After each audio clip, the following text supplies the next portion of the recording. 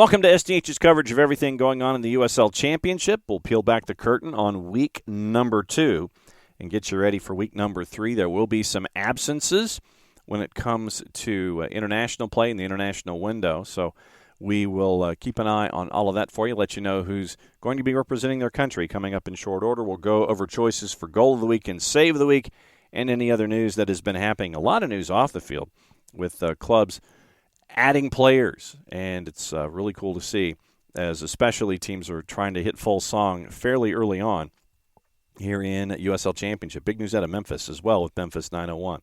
Let's go back. Let's go backward before we go forward and get you ready for everything that went on in the league last week. Big matchup in the East on Friday Night Football. It was Birmingham at home at a -172, knocking off FC Tulsa by the score of 3-2. Also on the board, it was on Saturday, Pittsburgh Riverhounds knocking off Memphis 901 at a +241 by the score of 3-1. New Mexico United over the Miami FC 1-0 at a +234. Colorado Springs and Hartford Athletic, they tied at 1 at a +370. You also had Detroit City at a +270, knocking off El Paso by the score of 3-1. Also, Charleston and Sacramento Republic, they ended up in a 1-1 draw at a +334. Tampa Bay Orange County SC, same 1-1 draw, but it was at a +243. In the composite match of the week in the West, Lou City goes to Monterey Bay and plays Monterey Bay at Cardinal. Here's your highlights, courtesy of our friends at the USL Championship, ESPN Plus, and YouTube. Scored a hat trick, the first one in franchise history last week against Hartford Athletic. It was a 5-3 beatdown, and this contest is underway. Monterey Bay going from left to right on your screen. They've made the Eastern Conference Final something like every year for 5 years. So it has been the case. Tell you what, Zemla came out at the last second to nullify that opportunity. This was a good save from the goalkeeper. That's Sam Gleadle with a real turn of pace to beat the defenders. Zach Prince, New Mexico, is 33. Ownby on the attack. Mushagalusa's there with some space. He shoots. That one just at the last second was nullified. And I'll tell you what, you don't get much better than that for a look. Yeah, unlucky to have a block. Ownby again down the right-hand side. Mushagalusa takes it, picks his spot. It is unlucky. The goalkeeper was diving in the right way, so he might have made the save. It also looked like Mushagalusa just lost his footing for a second. Another opportunity for Lou City. At that left foot, the header, Siaha skies up for it. Possession held. Donor on the cross. That one wiped away. Approaching the left-hand side. Chase Boone shoots. Just misses that corner. Chase Boone, as you say, also good movement of the ball around Murphy with a pass and not too far. I was just going to say that. It felt like for the first 31 minutes or so, Lou City was in complete control. Elton Garcia says, fellas, that will be that for the first 45. The hopes and the expectations of a young one like that. Kind of reminiscent of last year when we talked at good length about Kobe Henry. You know, for all intents and purposes, you were thrown right into the fire. Perez on that cross, blocked on the way through, and then a miss hit. Tellefson did not get all of it by any stretch of the imagination. Ownby on the right side has an angle that shot, and he finds the mark. There was no daylight until Brian Ownby found some. This shot completely whiffed by Tellefson, but they managed to keep possession of the ball. Lovely one knocked in here. There's a couple of blue shirts around Brian Ownby, but he just gets that shot off before Max Glasser can tackle him and catches the inside there of Anthony Siaha at that near post. Murphy somehow managed to contort his body and keep it in. It's a fine play by him. They gave it right back. Mushagalusa with a sweet play there around Murphy. Watch out. Mushagalusa, he takes his shot, though, and might have gone off the right foot of Siaha, and stays out. Thixon trying to dribble his way out, loses possession. Mushagalusa, great little bit of skill there to go around Murphy, get ahead of Chase Boone. Now, head up. Is he going for the shot? But he hasn't been able to use his pace or his goal-scoring ability yet. Owenby looking for a second, trying to keep his feet. Murphy goes down, and he is in some agony. Owenby's got a yellow card already, and that's the second yellow. We said be careful of your next tackle. And he's complaining that he didn't even do anything. Sia certainly has the better angle than us, but you be the judge. I don't see that. He's played the ball here, and then there's a coming together of letting it go away. If we do make the finals, I do not want to go away from home. I want all our matches at home. Let's win all these games, and that's it. And that's certainly it. And Oliver Zemla making his debut start here tonight on the road. Sault City gets the win at a -125 on the road.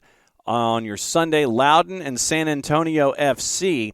Big win for, big moral victory for Loudoun at Segra, tying San Antonio 1-1 at a +277.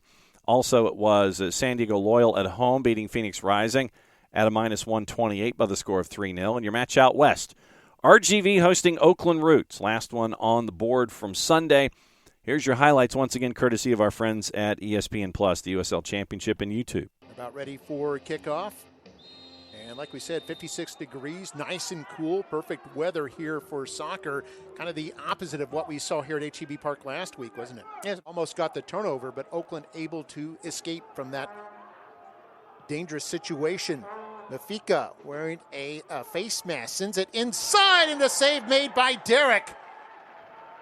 The Toros last year seeming to fall into a comfort zone, so we see Ruiz on a move here. Finds Davila. Davila with some space, now to Francois on the right side. With one marker, gets a shot off, and Blanchette able to save that one, parrying it over the bar. And flipping that over to Francois, and then one-on-one right there with Memo Diaz. Found enough space to operate.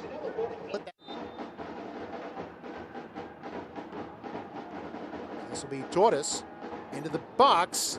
Some people go down to Darcy, the shot and a score, and it's a goal. A goal by the Toros. Flag stays down, and the Toros are on top, 1-0 early on. Bouncing ball in the box is a scary, scary thing if you're a keeper. Initial head they're looking for, but as that one is knocked down, simple touch by the Nodarce, and then Ricketts is able to finish with the heel. That is a great start for Rio Grande Valley. Now Davila trying to get turned. Looking for Francois. Francois racing after it. 50-50 ball, won by Francois, and a chance here for the Toros. Francois with one marker. Gives it up. Ricketts a shot! Oh my goodness, just skips off the top of the goal. Creates enough space here to lace one off to Ricketts. Doesn't miss that over the top by much. That was a really nice strike. There the ball played forward by Cabrera, trying to race onto it, dueling with Morad. And Cabrera able to win that duel into the box, centers the ball, man is there, and it's going to go out. It'll be a corner kick. But that was a spectacular job because Blanchette's not going to be able to go one-on-one there with Ruiz. That through ball was placed really nicely for Ruiz. So now they have the opportunity to allow their defense to kind of set the tone here in the second half. And as they have a chance to put counters forward because of that good defense, the Toros have a really nice opportunity to get another goal and perhaps have a statement win here against Oakland. Ritandoli sends it to Ruiz. Ruiz with some space. Returns to Ritandoli, centers the ball, shot at the net, and a save made by Blanchette. It's still in play. Rodriguez got a start last week against San Antonio. SC now checking in number 17, Jed Severo. Played back to Blanchette, and he'll send it into the seats, or not quite. Had a little bit of a spin on it. It stays in play. Now here's Rito with a chance, and a nice ball sent ahead, and a goal! Goal for the Toros! And it's all tied up here in the 82nd minute. And the Roots take advantage. Nice touch forward there by Rito. Finds that way to the foot of Rodriguez. Another look here. Rito drops that beautifully. Rodriguez in front of Akwe and under. Maybe a last chance here for Oakland. Send it inside. Denociano to the right side. There's Rito, has a chance, centers the ball. Ball goes off the post. at the last possible moment. It's off the post. Still a chance for Oakland. A long shot, and that goes over the bar to be a goal kick. And I think that's it. Official just blew his whistle. RGV and Oakland, a 1-1 draw to plus 243. And that gets us into the standings for 2 matches on the board for most. Indy 11, New Mexico, and Vegas Lights have only 1 match played. El Paso, out of the blocks, has already played 3 matches in the first 2 weeks. It is Lou City on top, 2 wins, 6 points in the East, 4 points. Pittsburgh, Loudoun, and Birmingham. Detroit City's at 3 points. They are in 5th. 2 points to Charleston and Tampa Bay. Indy 11 at 1 point, 1 match played, as well as FC Tulsa, the Miami FC, and Hartford Athletic. Memphis 901 in 2 matches has given up 6 goals, and they signed Bill Hamid to a contract for this season in USL Championship. So experience between the sticks for Stephen Glass and for Memphis 901, as right now they have given up 6 goals in their first 2 matches. In the Western Conference, San Diego on top at 6 points in 2 matches played. San Antonio, Colorado Springs, Sacramento all at 4 points.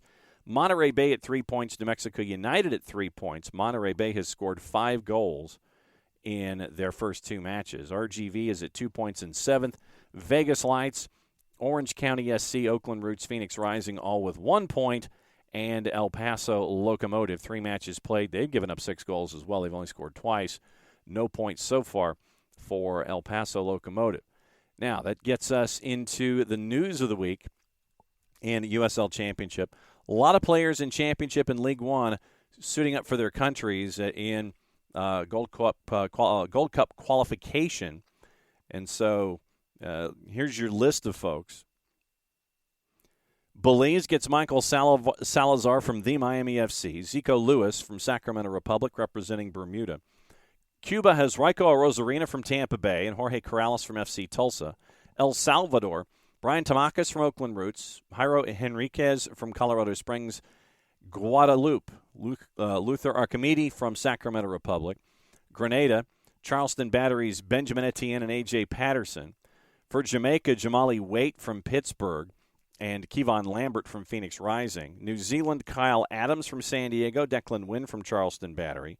Trinidad and Tobago, Shannon Gomez from San Antonio, Leland Archer from the Charleston Battery, Tristan Hodge from Hartford Athletic, Ryan Telfer from the Miami FC. So you've got players checking things out in with their countries as they're chasing after Gold Cup berths and other things like that. So very, very cool to see that list of folks that are representing their countries. Team of the week for the USL Championship in week number 2. Player of the week is Albert Dikwa from the Pittsburgh Riverhounds, voted Championship Player of the Week, presented by our friends at Konami eFootball. The first hat trick in his career in the win against Memphis 901 at AutoZone Park. 54% of the ballot to claim the award. Tyler Pasher, who had a Sports Center moment on the 4-letter after dodging through traffic, finished second at 31%. Pair of goals, and it was the number 3 play on Sports Center Top 10 on Friday night. Passed in the 3-2 win against Tulsa at Protective. Other members of the Team of the Week, Coque Vegas in net for San Diego Loyal. Back 4, Jonathan Ricketts of RGV, Aaron Gee in Tampa Bay, Mitchell Tainer from San Antonio, Patrick Hogan from Pittsburgh Riverhounds. Midfield 4, Maxi Rodriguez from Detroit City, Charlie Dennis out of Tampa Bay, Edgardo Rito from Oakland Roots, Albert Dikwa from the Riverhounds. And then up top, obviously, Tyler Pasher from Birmingham and Rodrigo Lopez from Sacramento Republic. Your bench, Nathan Steinwasser between the sticks in Detroit City, Lamar Batista from San Antonio, Amadou Dia from Lou City, Gausu Samake from Loudoun United, Jack Gurr from Sacramento Republic, Justin Portillo from New Mexico, and Elliot Collier from San Diego Loyal. You can vote for Save of the Week and for Goal of the Week. Save of the Week, you can vote until Friday the 24th, 12 o'clock Eastern Time. Christian Herrera's save for Colorado Springs against El Paso. Drew Romig for Memphis 901 against Pittsburgh. Phil Breno from Tampa in the game against OCSC. Jordan Farr from San Antonio as San Antonio was taking on Loudoun. Once again, Team of the Week and Goal of the Week Save of the Week presented by our friends at Select Sport America and SelectSportAmerica.com. So that is your Save of the Week, your Goal of the Week. Obviously, Tyler Pasher's run through All the traffic is a part of it for his goal against Tulsa. Ricardo Zacharias for El Paso against Colorado Springs. Marcus Epps for FC Tulsa against Birmingham. Tyler Pasher for Birmingham against Tulsa. Ronaldo Damas for San Diego Loyal against Phoenix. And you can vote for that one through Thursday, March 23rd at noon Eastern on USLChampionship.com or through the USL app as well. So you can vote on all of those things and be a part of the process. USL Championship, once again, don't forget to sign up for the newsletter. Go to USLChampionship.com, click on the links, and you can stay up to date with everything going on in USL Championship. Player acquisitions, Charleston Battery are bringing aboard New Zealand Youth International Jesse Randall. 34 goals, 14 assists, and 52 appearances in his home country's top flight, pending league and federation approval. Currently with the U23s in New Zealand for a pair of friendlies against China's youth squad on March 23 and 26. Joining the Battery following the fixtures, Randall become teammates with Declan Wynn, who's senior national team against China on the same days. Played in the top flight for Wellington Olympic AFC. 34 goals, 14 assists, 52 matches. Also played for North Wellington FC, Hawke's Bay United, and Tasman United. He has played 1 year at Northern Kentucky University, so he's a Norse, and was named Horizon League Freshman of the Year, 10 goals, 5 assists, and 17 appearances. So obviously Ben Pierman looking forward to adding Randall to the firepower that is there for the Charleston Battery. We mentioned the signing of Bill Hamid. Pittsburgh adding local product Anders Bordoy as a USL Academy signing. Came through the Riverhounds Development Academy from the U9 level, and now signing the USL Academy contract. The 18-year-old defender is a senior at Kiski Area High School, has trained in the Hounds Academy since 2014 under the guidance of the Academy staff. Current player on the club's 0405 Boys ECNL team that's featured in the Academy League each of the past 2 summers. Selected as an all-state player last fall, playing for Kiski Area. So big pickup for Pittsburgh Riverhounds. FC Tulsa signs youth national team international Nathan Worth to his first pro deal as well. So a lot of movement going on with teams in the USL Championship. Now that we've gone through the schedule, let's get you into the next matches coming up this weekend. And it is a busy Friday, busy Saturday, and then nothing until the midweek when FC Tulsa and Pittsburgh go at it at Tulsa next Tuesday. We'll keep an eye on that one as well. I'll let you know the juice box is there. On Friday, 2 matches, 7 o'clock Eastern. Pittsburgh hosting the Miami FC at Highmark. Pittsburgh's at a -112. The Miami FC is a +285. RGV is hosting Monterey Bay at a -200 in Edinburgh, Texas. Monterey Bay is close to a +500. Full slate of matches on your Saturday. Starting 2 o'clock in the afternoon, Hartford Athletic hosting Birmingham Legion. Legion are a road favorite at a +131. Hartford Athletic a +177. 3 o'clock, Lou City hosting El Paso. Lou City's a -227 right now. El Paso is north of +535. 4 o'clock, Detroit City hosting Indy 11 at a -127. Indy 11's a +309. 7:30 at Patriots Point, Charleston Battery hosting Tampa Bay. Tampa Bay a road favorite at a -106. Charleston is a +262. And at 8:30, FC Tulsa hosting Loudoun at a -125. Tulsa is also Loudoun's a +308 in the composite. San Antonio hosting Colorado Springs at a -127. And the Switchbacks are also a +308. The draw option's even higher at a +257, 5 points higher than the +252 in Tulsa. 10 o'clock Eastern, 3 matches. Oakland Roots a +104, hosting Memphis at a +254. Orange County SC in Irvine at a -130, hosting Vegas Lights at a +328. And Sacramento Republic hosting San Diego Loyal. Match of the week contender already at 10 o'clock Eastern. Sacramento at a +106. Loyal are a +227. Draw option slightly higher at a +237. Then on Tuesday, FC Tulsa hosting Pittsburgh Riverhounds. Tulsa's a -125 as Riverhounds come to town at a +275. That's your juice boxes for everything going on in USL Championship, the news and notes and everything to get you ready for match week number 3 in USL Championship. If you have the chance, catch a match in USL Championship. Great cities, great fan bases, great talent on display. If for some reason you're in market and you can't, go follow through your local providers and follow along with your local team that way. Or if you're out of market, can't follow on your local provider for some reason, or if you're not at the match and you want to see the match, check out everything on ESPN Plus when it comes to USL Championship. Multiple ways to access USL Championship on any given week. For everybody here at SDH, for Jason, for Jarrett, for Nick, I'm just John. That's your go-through of everything in the USL Championship. Play it safe, everybody. Enjoy the matches. We'll catch up with you next week.